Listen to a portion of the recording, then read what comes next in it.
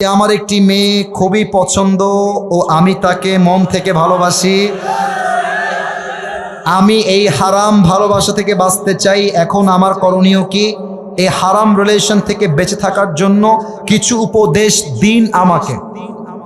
पहली बात तो ये है कि अगर किसी को पसंद करते हो तो शादी से पहले कोई मोहब्बत नहीं, हर मोहब्बत शादी के बाद होगा।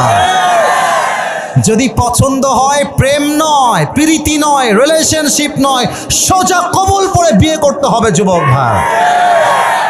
এখন সমস্যা হচ্ছে দুই জায়গায়, এক মেয়েকে নিয়ে সমস্যা, দুই হচ্ছে মেয়ের বাপ এবং মেয়ের মাকে নিয়ে সমস্যা।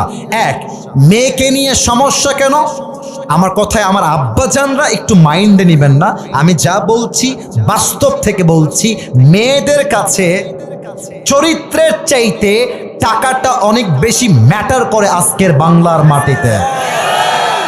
অনেক মেয়ে টাকা পাইলে বুইরা টাকলার সঙ্গে বিয়ের পিড়িতে বসে যায় খুলনার ভাই। কম দেহি আছে না নাই?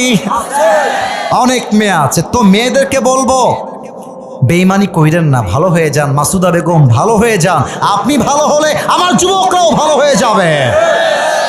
আচ্ছা, মেয়েদেরকে বলবো টাকা নয়, চরিত্র আপনার জন্য সবচেয়ে বেশি দামি। দুই নাম্বার, বিয়ের ক্ষেত্রে সমস্যা হচ্ছে মেয়ের বাবা বিয়ের কাবিননামা করে 20 লাখ টাকা, 10 লাখ টাকা, বলে যে 10 লাখ টাকা কাবিননামা উল্লেখ না করলে আমার মেয়েকে আমি তোমার সঙ্গে বিয়ে দিব না। আচ্ছা, কেন উল্লেখ করে? এর একটা বিশেষ কারণ আছে। আব্বা বলে তুমি যদি আমার মেয়েকে ছেড়ে দাও, আমার মেয়ে কই যাবে, কি করে খাবে? তুমি 10 লাখ টাকা কাবিননামা লেখো। আমার আব্বা জান, আপনি যদি মেয়ের বিয়ে দেওয়ার আগেই ডিভোর্স নিয়ে চিন্তা করেন, বিয়ে দেওয়ার আগেই তালাকের চিন্তা করেন, আপনার মেয়ের বিয়েতে বরকত আসবে কেমন করে বলেন? সবাই আপনারা বলেন। এই কাবিননামা কঠিন হওয়ার জন্য জেনা সহজ হয়ে গিয়েছে, বিয়েটা কঠিন হয়ে গিয়েছে, ঠিক কিনা বলেন? 3 নম্বর কথা আমার যুবকের জন্য, বাবু দেখো, তুমি বলেছো হারাম থেকে বাঁচতে চাও, এটা বড্ড ভালো কথা। ওর মনের মধ্যে একটা অনুশোচনা আছে, তাই সে প্রশ্ন করেছে। আমি তোমাকে বলতে চাই, বাপ মাকে বলে দাও যে আব্বা, হ্যাঁ আব্বা, কথা শুনতে হবে আমার। আব্বা শোনো, তুমি যদি আমার এনে বিয়ে না দাও, আমি কিন্তু হারাম কাজ করে ফেলবানি আব্বা। কথা সত্যি না মিথ্যা বললাম বলো? আর আব্বা, তুমি যদি আমার সঠিক সময় বিয়ে দিতে না আসাও, আমি যদি কোনো আকাম করতে গিয়ে ধরা খাই, সব দোষ তোমার আমি দিবানি।